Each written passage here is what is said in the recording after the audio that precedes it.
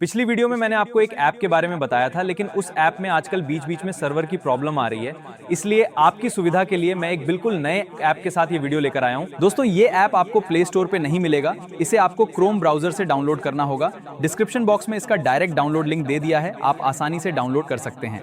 शुरू करने से पहले एक छोटी सी रिक्वेस्ट है, अगर वीडियो पसंद आए तो लाइक जरूर करें और अगर आप SF टेक्नोलॉजी पर नए हैं तो चैनल को सब्सक्राइब कर दीजिए। इस ऐप का एक और कमाल का फीचर ये है कि यहाँ आप लाइव मैच देखने के साथ साथ सभी लेटेस्ट हॉलीवुड और बॉलीवुड फिल्में भी देख सकते हैं। इसके अलावा आप वेब सीरीज भी एकदम फ्री में एंजॉय कर सकते हैं, जिन्हें देखने के लिए आपको बाकी OTT प्लेटफॉर्म्स पर पैसे देने पड़ते हैं।